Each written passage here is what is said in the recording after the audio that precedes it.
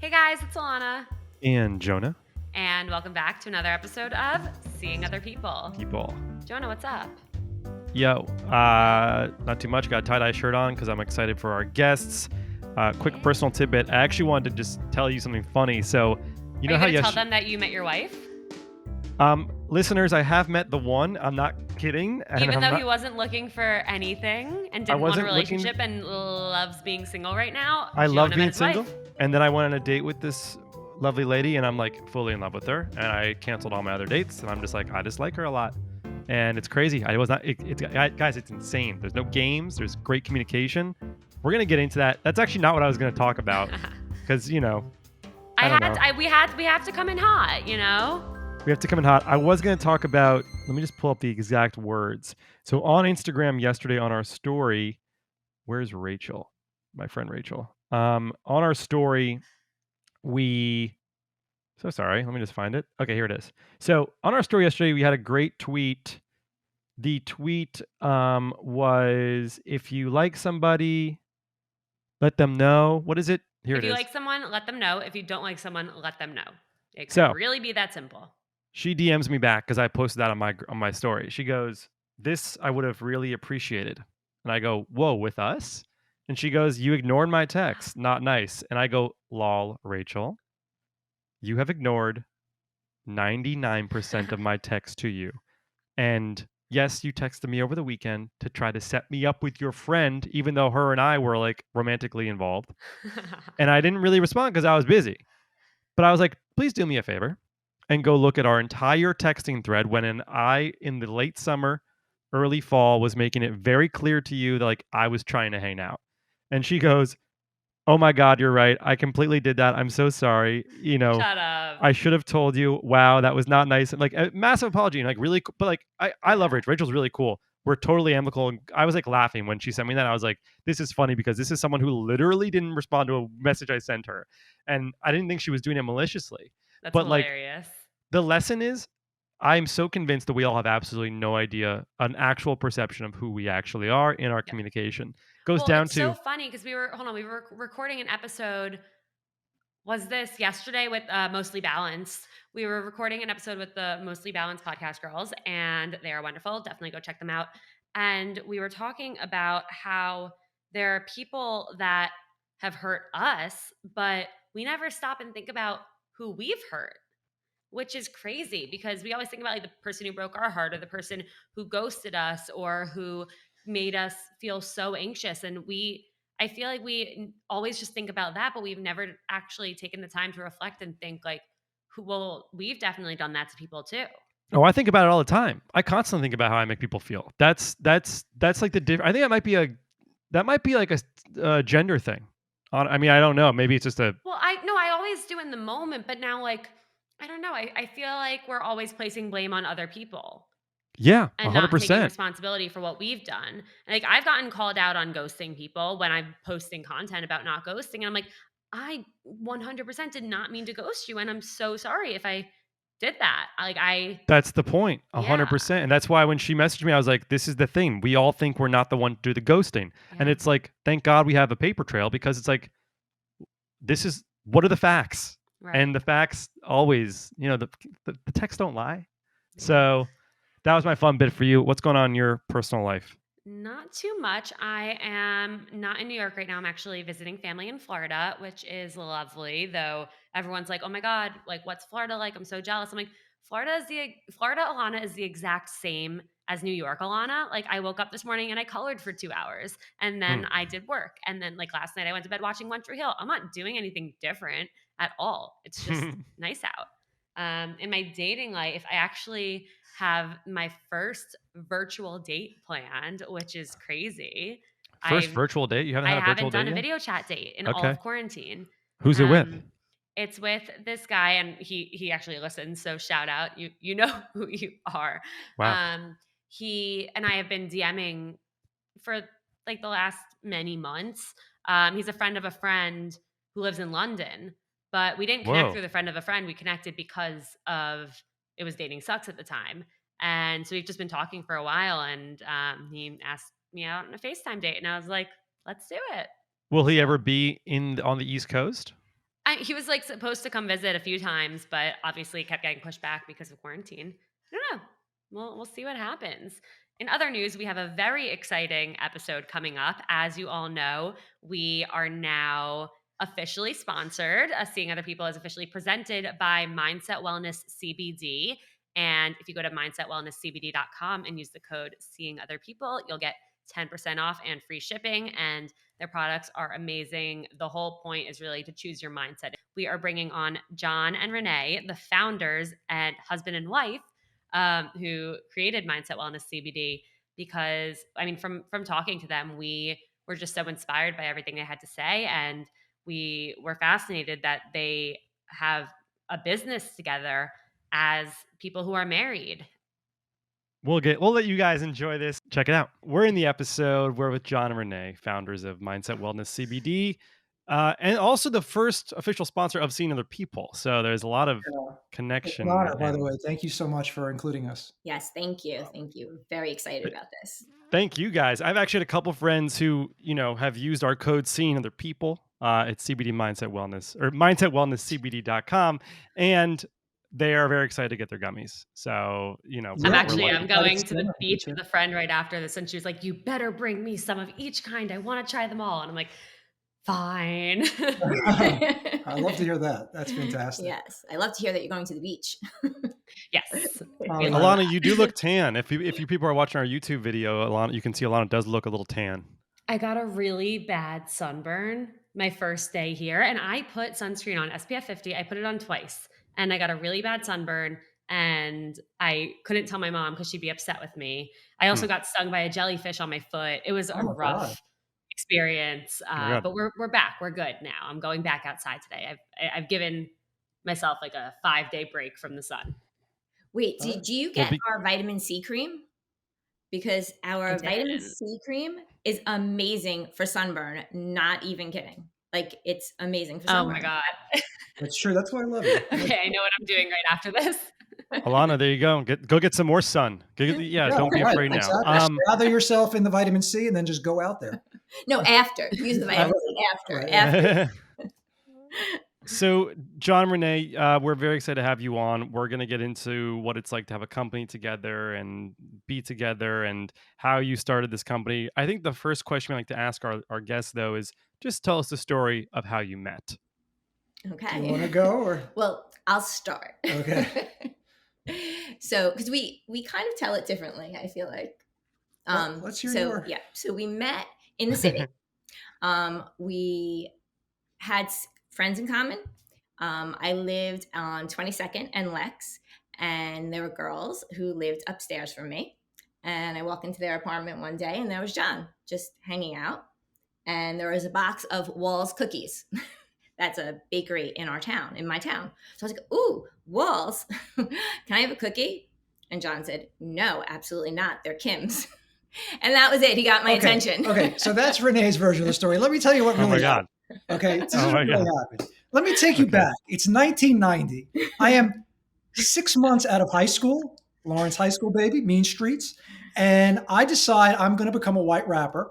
I'm going to go into the music business. I'm going to change my name to John Saint from Jon Shapiro. And I'm going to do 3 things. One is I'm going to become rich. 2 is I'm going to become famous. Wait. Why not Jon Shapiro? I don't know. It just, the vibe, it was just, to be honest with you, I really wasn't happy with who I was. And I was recreating myself, if you want to know the actual deep part of it, but that's only through many years of figuring that out. But at the time, as I said, I was looking to get rich, famous, and lose my virginity. So those were the 3 things that I was looking for out of my career. And so off I go to the city. I sign my first management deal. We're shopping a record deal. And I have these 2 friends living on 22nd and Lex. And upstairs from them is this girl, Rene. And she's got 2 roommates. One's named Tabitha and one's named Kelly. Ask me Tabitha's last name. I don't know her last name, but ask me Kelly's last name. Kelly Ripa. That's a true story. So Kelly Ripa is living with Rene. Yeah. So hasn't made it big yet. She's just a girl from New Jersey who happened to be friends with my roommate, and she came to stay with us for a few months because she was doing stuff at the toy show, whatever. That's not the point of the story. Right. Anyway, so it was interesting. So anyway, I'm with Pam and Renee. I'm with Pam and Kim, and I'm in the apartment, and I'm crashing there. They have a studio, and all these kids are just in the studio. So we have a mattress on the floor, and I'm crashing there because I'm going to become the next white rapper. It's tiny. And at 4 a.m, there's a knock on the door, and it's Renee, and she's like trashed. And she's like, there was a big fight in my apartment, and there's glass everywhere. I need to crash. I need someplace to sleep. Next thing I know, the most fucking beautiful girl I'd ever seen. Now, let me set the mood again. I'm 19. I'm about 5'9", 140 pounds with a little tail and like a Vanilla Ice haircut. And Renee is 21, 2 years older than me, 3 grades older, which is very provocative. And Renee is actually she was just so stunning. So she was working retail, and she signed to Petite Elite. She was doing a little modeling. And I couldn't believe that the most beautiful girl on the planet was sleeping next to me suddenly at 4 a.m. And so I was wide awake, and I was like, I don't want to let her know that I know. I don't want to let her know that I'm sensing something. So I'm keep inching, and she's inching closer to me, and I'm inching off, and she's inching closer. And slowly but surely, I'm like off this mattress. And the next thing I know, 2 weeks later, I don't know exactly what happened. She was very persistent. I was very shy, but we ended up living together. I grabbed her, and I took her back to Lawrence. I was living at my dad's apartment, and I took her back to Lawrence with me, and we started our life together. And that's sort of what had happened. And I think pretty much early on, I said, I'm going to marry you. I'm going to live with you for the rest of my life. We're going to have kids and a happy life. And you were like, yeah, that makes sense. And then we just did it. Yeah, true story. Okay, hold on. That was incredible. My face hurts from smiling so much. Yeah, that's a really amazing. So correct me if I'm wrong here. There were no games of like who should text who and who's going to call. There was no texting. It was very simple. You know what I mean? Very simple game. I was painfully, incredibly shy. Renee was incredibly confident, and she kept making the move. I kept running away. And finally I said, what am I, ridiculous? I deserve happiness. Why am I doing this to myself? Why am I torturing myself? Give myself happiness. Enjoy it. Yeah. And that was it. Once I gave in, and that was it. But she was persistent. Most girls would not have consistently kept up. Yeah. So Renee, what made you be so persistent, especially when Jon was like pulling back and being shy? Like, why Jon? I didn't understand. Wow. Like, it was just a feeling. Like a couple of weeks of like, there was no texting. We didn't have cell phones. There was nothing that you could communicate. So basically, if I wasn't in my apartment, I wouldn't know if someone called me. Like there were answering machines, but who listened to them? And I guess I just kept being around, and I noticed he kept being around. So we both kept being around. So when you get that vibe, I got a vibe. I knew there was a vibe. And I don't know, my heart, I was listening to my heart and not my head. Like sometimes, your head can convince you into stories and create story. I didn't know it at the time, but like I really was listening to my heart, and I got a strong vibe. And Kim, my friend and our mutual friend, I asked her, and she was like, no, Jon's a nice kid. No, I don't know. Maybe. Like, she wasn't sure. No one was giving me any answers. It was really nice of her. Thank you. For none of our friends were helping out in this. And one day we went back to the island. I went to Kim's house, and Jon was like, oh, I'll drive you guys back to the city the next morning. And then he calls that night, and he's like, oh, I'm not going back to the city. I'm not driving either of you back. And I was like, okay, that's it. I'm like, Kim, forget it. I'm done with this. I'm not even going to think about it anymore. And then what happens? That morning, I'm going to drive you back to the city. So he kept playing this game where he would like give a little, take away a little, give a little. But as soon as I was like ready to give up and say no, then he was like. Now, it seemed like a lot of strategy. It was just overwhelming anxiety. I didn't know how to deal with it. I didn't know how to deal with it. So it wasn't intentional. You weren't trying to play hard to get. And all I wanted to do was tell her I loved her. That's all I wanted to do. And I was just, just couldn't, I was just so stuck in my own pattern of what I was used to, and constantly pushing people away that I didn't know how else to react. But so I made the move that night. How old were you guys? How old were you guys when 19. That was, when it was like just solidifying? 19, so right. I was 19. Renee was 21. Yeah. And then we got married. And that was when you guys were just like, 21, we know. Renee was 23. Wait, was that? I'm sorry, John. No, you're right. That was my question. I was like, when did you? So then tie the knot? So basically we thought, at least I thought, I was like, listen, we're going to get married anyway. What a great idea. Like we can maybe make some money and like get an apartment and like, cause people pay, usually give you money for your wedding and stuff. What a great concept. So yeah, we were living on your grandma's floor on like a pull-out mattress for a while. And so I was like, we really got to get a place of our own. And I figured a wedding made perfect sense. And of course, no one gave us any money. So that, of course, didn't work out very well. But yeah, so it was a month into my legal drinking age at my wedding.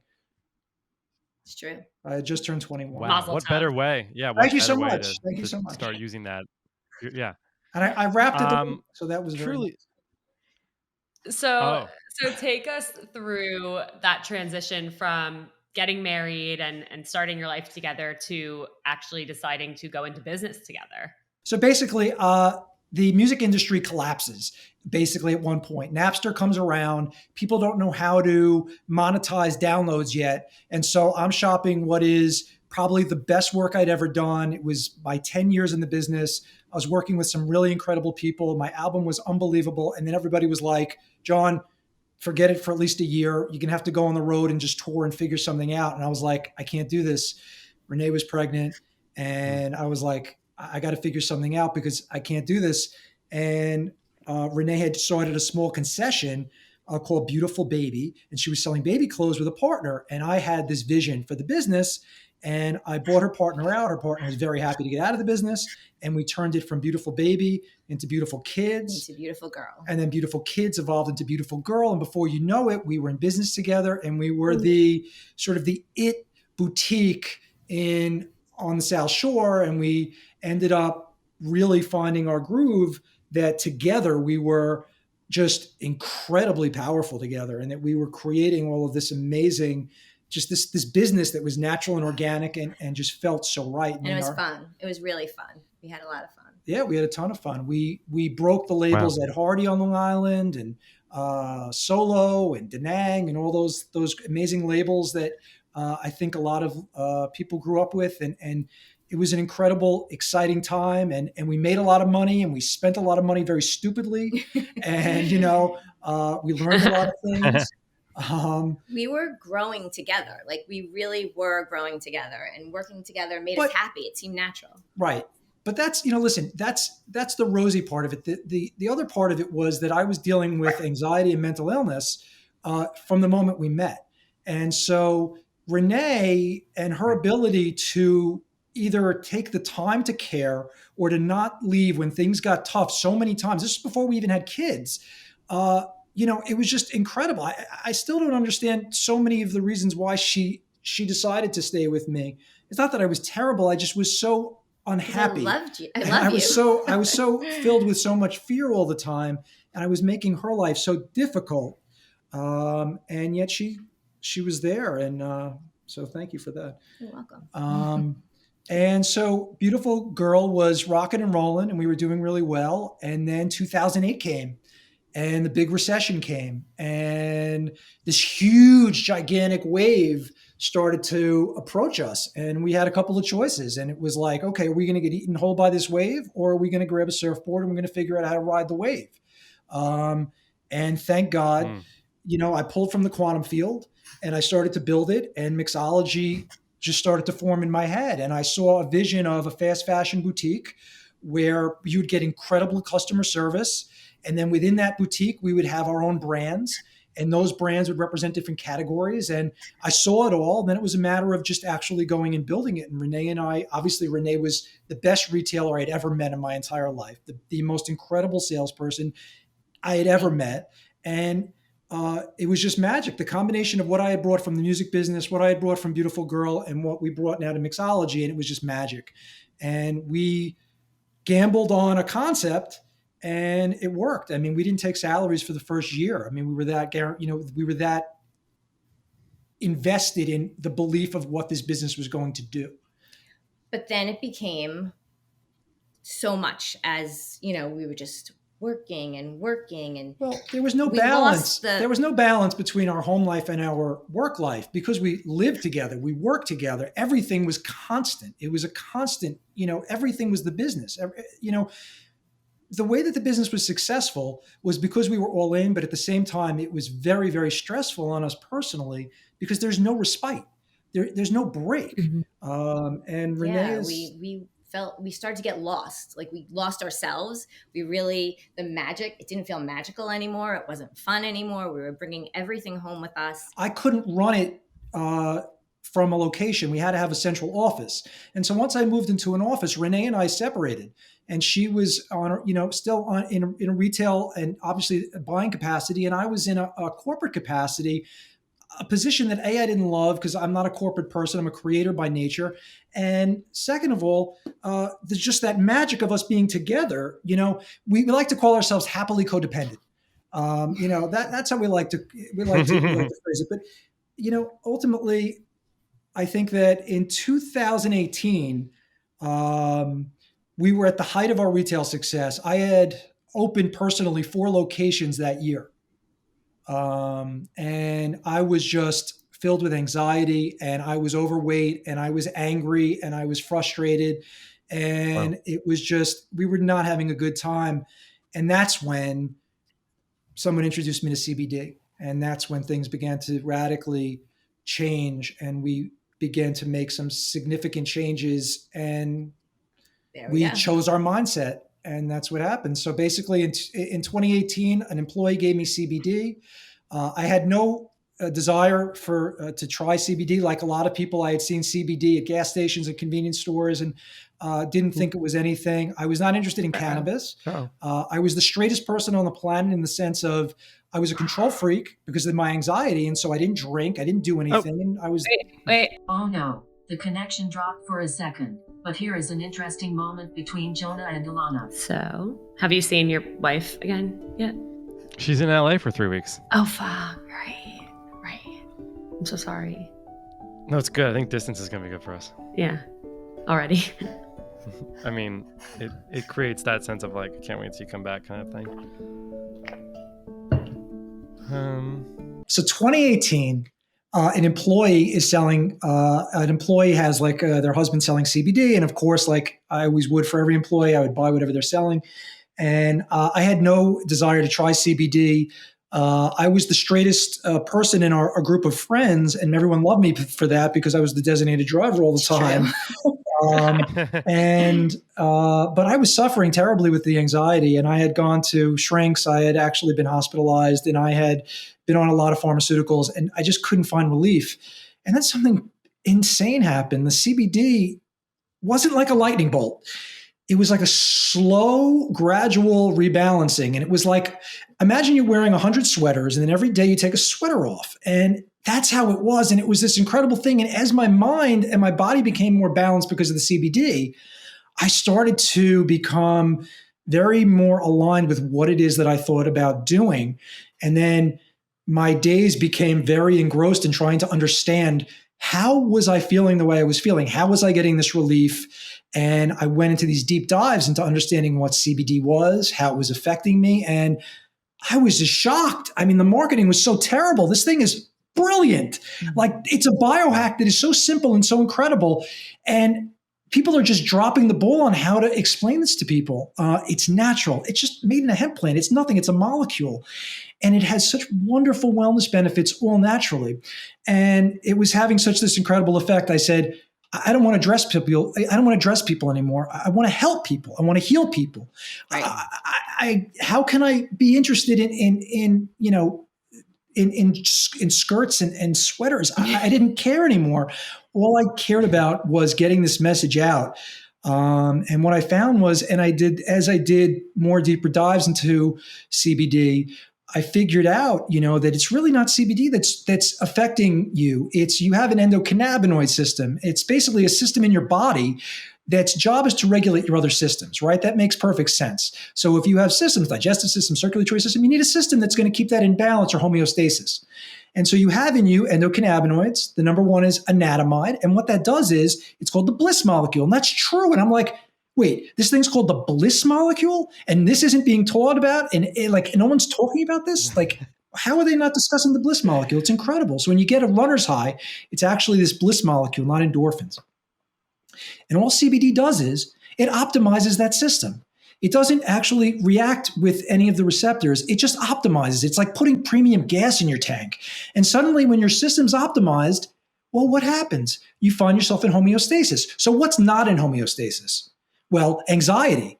Being anxious is not balanced. So, of course, your endocannabinoid system is trying to balance that. Being in pain is not balanced. Having inflammation is not balanced. So it's by a secondary nature that CBD is just optimizing what we already have inside us. And it's the easiest biohack on the planet. And of course, when I tried different CBDs, different CBD companies, I had varying results. And it was only until we decided to build our own company that I knew I was going to get a product that was going to consistently deliver not only the results I wanted, the entourage effect I wanted, but it was going to be the taste, the cleanliness in terms of what's in there. But it was something I was going to give my wife, I was going to give my kids, and I was going to give my friends. And if you start with that basic concept, you want to help people, you want to make a product that's going to actually change and relieve what people are going through, especially now. I mean, how could you not do that? But we didn't know that at the time. It was 2018. And Jon's like, okay, we can't do this life anymore. We have to do this life. And I was like, okay, let's do it. How did you know, like, after going through such a rough patch where the business was just taking over and there was no separation and you had to take everything home with you, what made you confident that you guys could start another company together and have that fit into your lives in a healthier way? So we were to the point where we just really were unhappy. We were unhappy, and it was not that there wasn't another choice, because there's always a choice, but for our own well-being, we just wanted to take a chance. And whenever we do put our minds to something and our hearts are in it and we really believe in it, we know we could make magic. We knew we could do it again. That's just I mean, that was Renee's confidence. And by the way, her confidence is what guided us through this incredible time. Obviously I didn't know. I had no idea.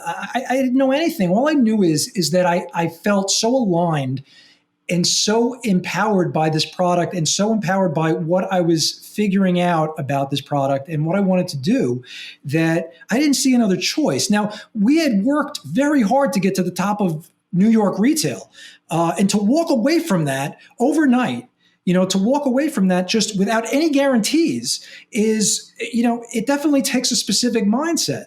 The fact that we are on this podcast with you now and the last 5 months have been a dream, is that proof that we were right? I don't know. But it says that if you put your heart into something and you do it wholeheartedly and you do it honestly, and you do it authentically, you never know what could happen. Good things can happen. right. And Good things can happen. it's true. Good things can happen. I agree. I agree with that completely. And a lot of our listeners are entrepreneurs in their own right. Everyone's kind of got their own thing that they're doing and working on. And a lot of it is tied to dating. And I guess one of the questions echoing off of what Alana said, so what is our thesis on work-life balance?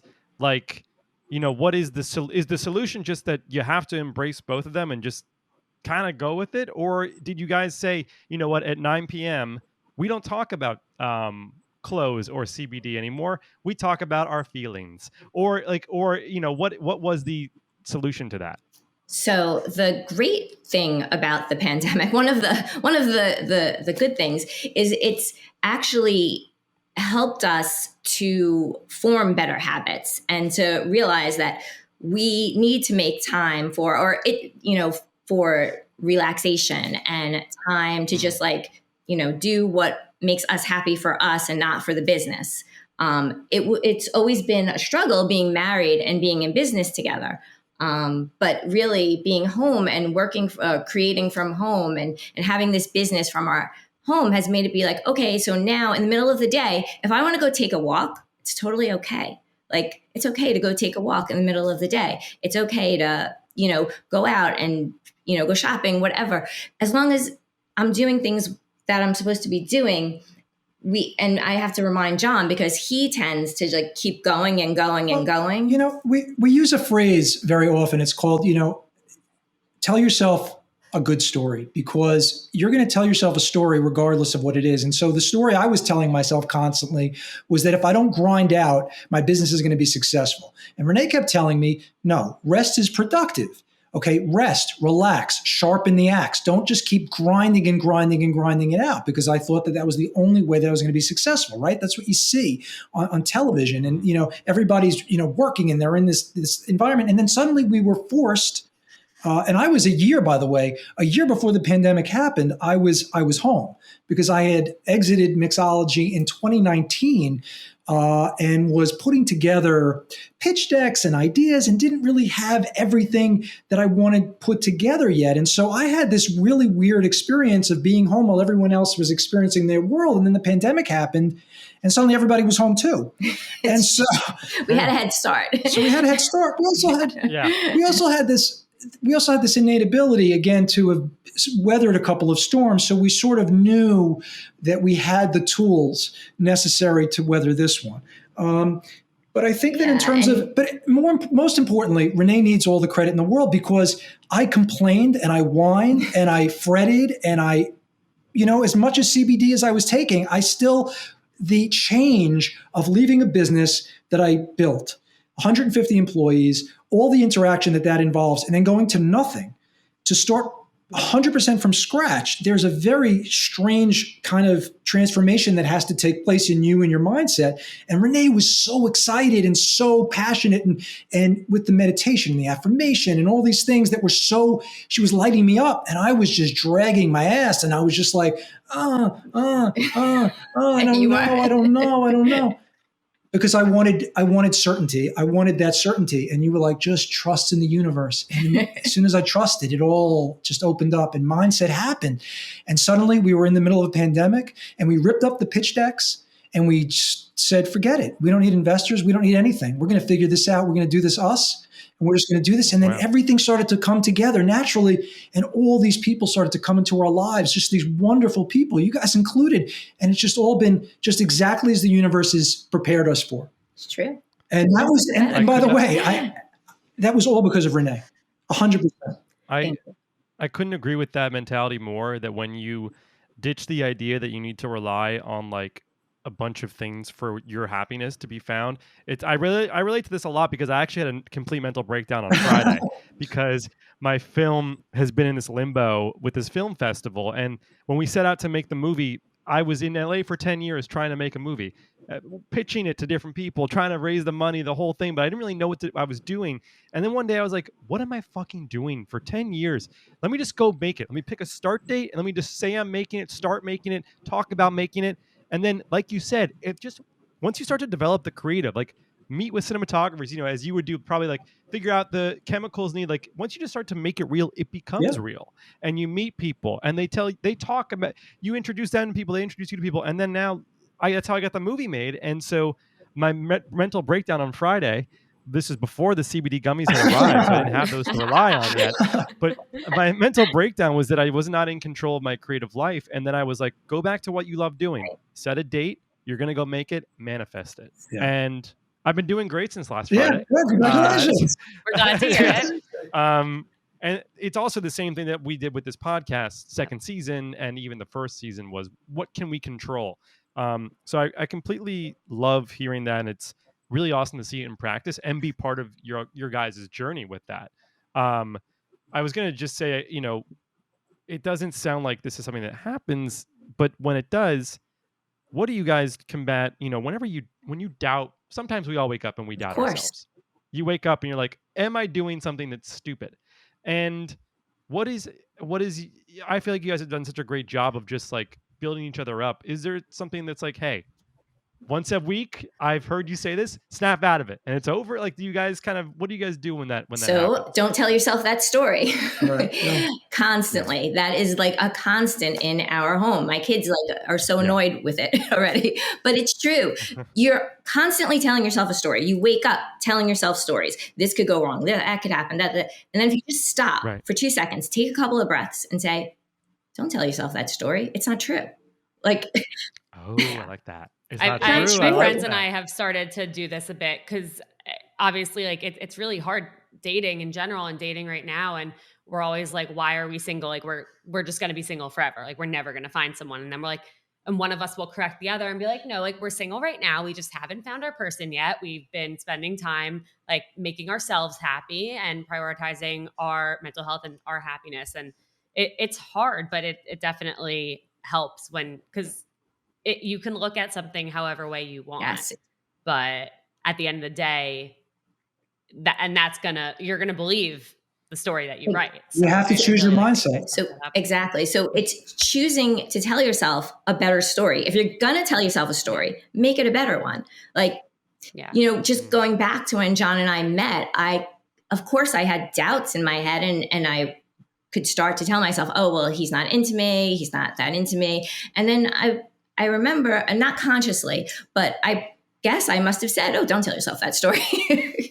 I didn't say it then, but it must have been in my head. It must have always been in me. And now it's really out. Yeah. But, talking about dating for a second, because this is a dating program. I cannot, I check her health all the time because I can't imagine what my life would be like if Rene wasn't there. Okay, I would be. That's like what is? It's a morbid thought. It's a morbid thought. I know, but I think these things. I'd be so alone. Don't tell yourself that story. I was going to say, off of that, you guys are parents. Have your kids started dating yet? And if so, what do you make of their dating life as of 2021? So we're like their privacy. We have to respect their privacy. But we have a daughter who is 24, who is single.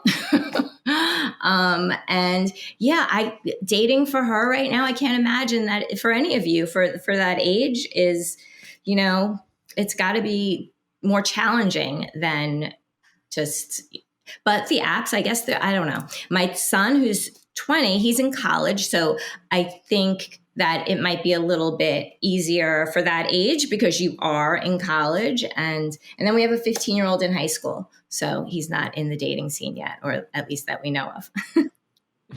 What, if you had to give one piece of advice about dating or relationships or love to each of them, what would that be? Go with your heart. Do what makes you happy. Just love openly, love honestly, love as freely as you can, and realize that the moments are special that you have when you can tell your wife, I love you. Like, this is a moment. So I love you. I'm telling the world I love you. Tell the world how you feel about that person. Tell them, let that feeling be known, send that energy out.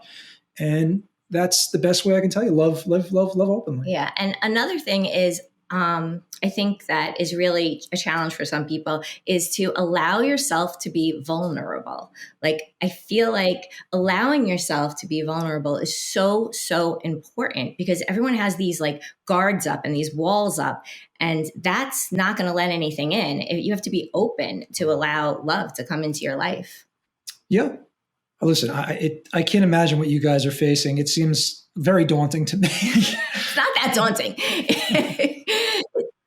I'm on John's side. It's very daunting. It can get overwhelming. Yeah, it can get. Well, hopefully it's overwhelming because our podcast is the reason it exists is to help navigate it. So the easier it was, the less podcast listeners we would have. Maybe. I'll tell you a funny story. I have one more question that I'm dying to ask, just because I know, John, you talked about your anxiety and how Rene always helped you through it. And I know, obviously, just coming along with dating, a lot of our listeners, myself included, have a lot of anxiety, specifically when it comes to dating. And I think a big fear for us is not knowing if somebody's going to stick by our side through it.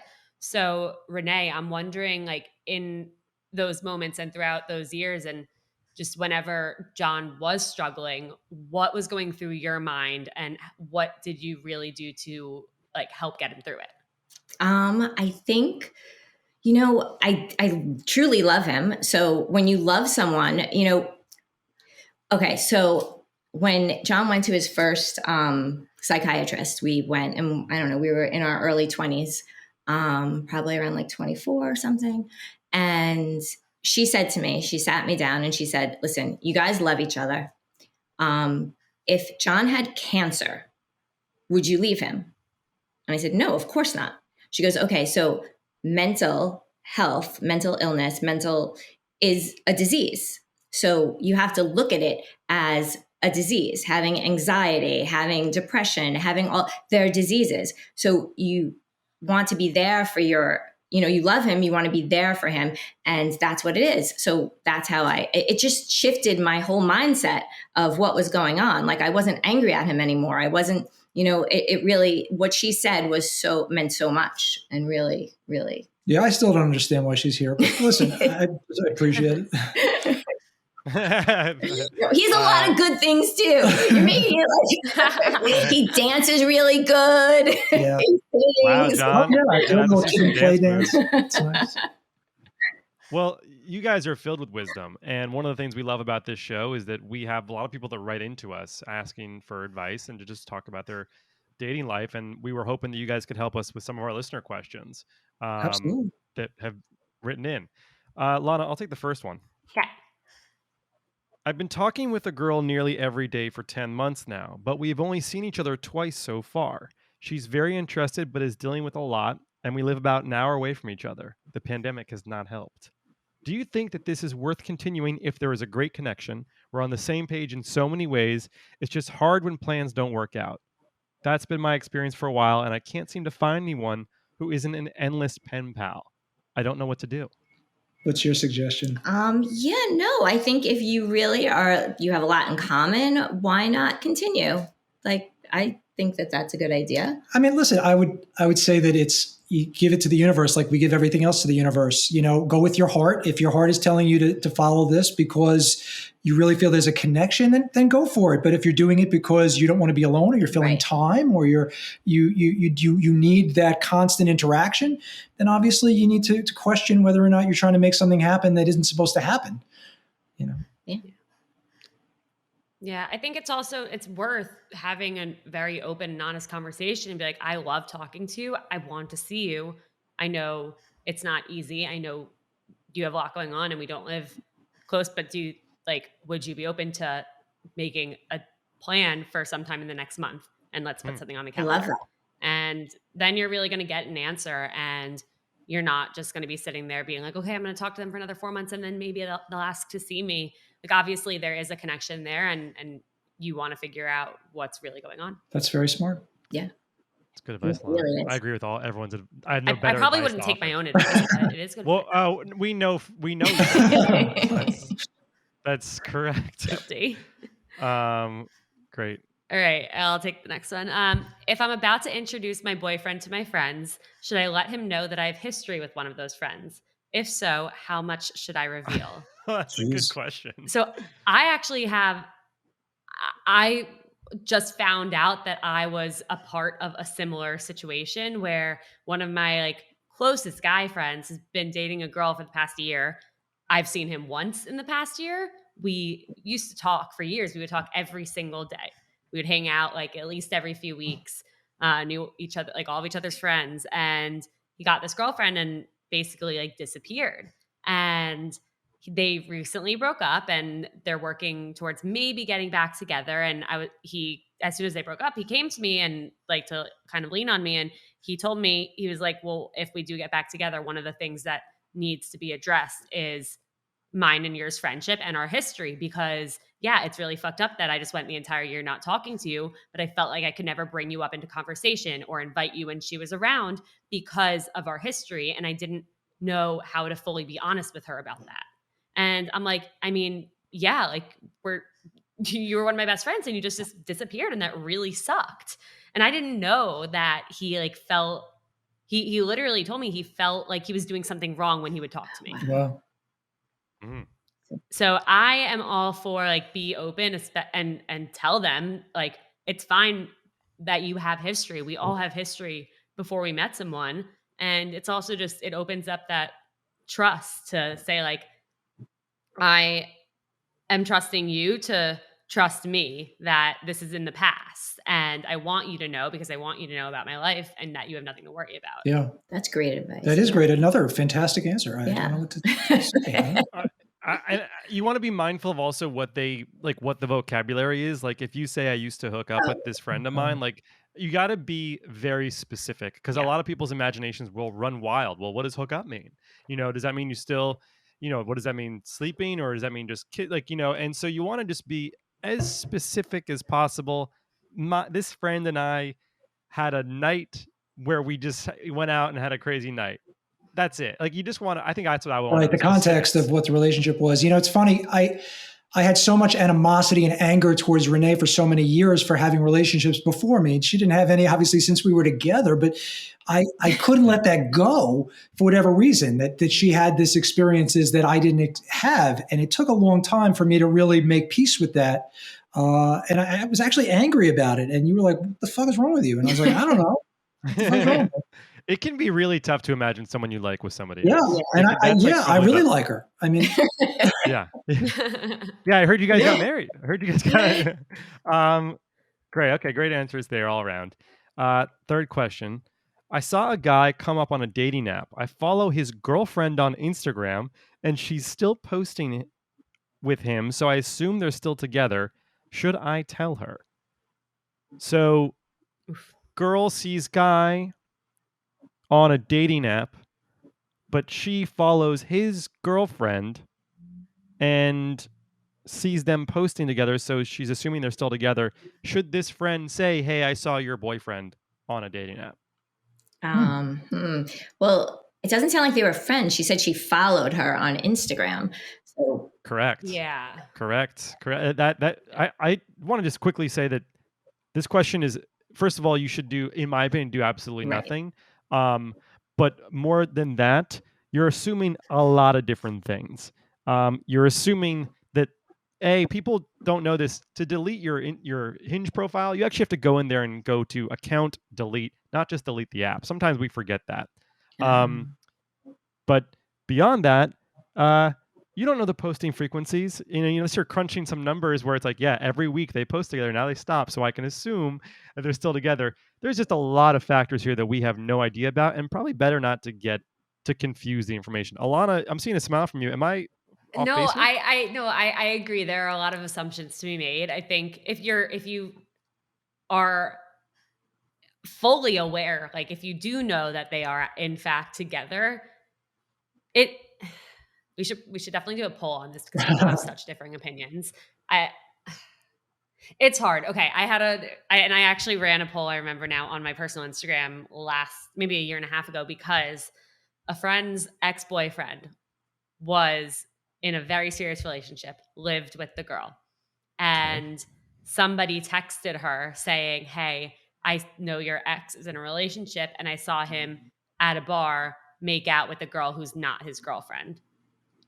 And we all now had this information and we're like, what do we do? Do we tell her? Like, we don't know her. And it was really tough. And then they ended up getting engaged and very shortly after. And we're all sitting there like, do we tell the fiance that weeks ago he was kissing another woman? And then they announced that they were having a baby and nobody did anything about it. But weeks ago you heard that he was kissing. You didn't see him kissing another person, did you? Somebody saw and texted my friend. See, that's like not how we're supposed to exchange information and control people's lives. That's like somebody saw and texted you over a phone that they thought they saw something. Well, we also they sent photos. So you have a photograph of this guy, for sure, him kissing another woman that's not his very serious girlfriend? Is it Governor Cuomo? Yeah. It is Cuomo. Was it every guy who's cheated on me? It's no, we had photos. Okay. What then I think there's another piece of information that, like, why would, because then you send her the photo and say, yo. Right. But if you don't know the person, like, hey, it's like some like stickers or something. Because she's not going to want to hear it. And sometimes you have to let people find out for themselves. Yeah. It depends on how good. If it's your best friend, I mean, I think that then you're going to tell. Well, let me ask you a question. If you're actively doing something like that, aren't you sort of expecting that that's going to get back? I mean, if you're doing something in public in this world of media and all the shit that's going on, aren't you sort of... If you're out at a bar, I mean, you're not being very smart, right? So what's the, I think that... Which makes me wonder, maybe they were on a break. Maybe they were like on a break together. And like, that's not a good look to go hook up with someone else. But sometimes that's how we combat broken hearts. Some people haven't read books on how to get over somebody properly. And therefore they go out there and they, trust me, Renee makes a bad dinner. I'm not about. Things are happening. Well, it's a complicated answer, and I think it's actually worth definitely doing some sort of investigation into. We could do a whole episode on why don't you guys just forward me those pictures, and I'll look over them. You'll be the judge of this, John. Well, to be continued. We are very excited because this episode will be coming out. We're in the middle of our great collaboration for Mindset Wellness CBD. Everybody, we have seen other people as the code, mindsetwellnesscbd.com, and you guys were excited to just be in each other's lives and continuing this, and glad our listeners got to hear. I mean, how often do the listeners get to hear from the brand that is like sponsoring a podcast? Really cool. Thank you. So much gratitude. We're excited to just keep this journey going, and of course, please keep us posted on all things romantic and business as they develop. And Alana, we have a dating term of the week this week? What are we looking at? Every week we do a super bizarre new dating term, and this week's is cookie jarring. So cookie jarring is the reverse form of benching. So if you've been seeing someone and you haven't yet defined the relationship, and then you find out they've been seeing someone else behind your back, you've been cookie jarring. Oh, that always happens. So you're being kept handy in case their other person doesn't work out, or that other person is being kept handy in case it doesn't work out with you. Yeah. Is cookie jarring a bad thing? Yeah, right. Sounds okay. I don't know. I mean, I feel like that's what my mom's dating advice to me was like always have someone else on deck. So maybe it's not that bad. Yeah. I don't know. I mean, I like cookies. Yeah. So. It's never too late to cookie jar. I love that I'm leaving with a new term. I could say to my kids. Yeah. I'm going to text them right now. They're not going to know what it is. Your kids are not going to know what it is. I've never heard of this until today. Well, great term. We'll do a poll. Let's see what people think about cookie jarring. And thank you so much, guys. We will see you guys next Tuesday.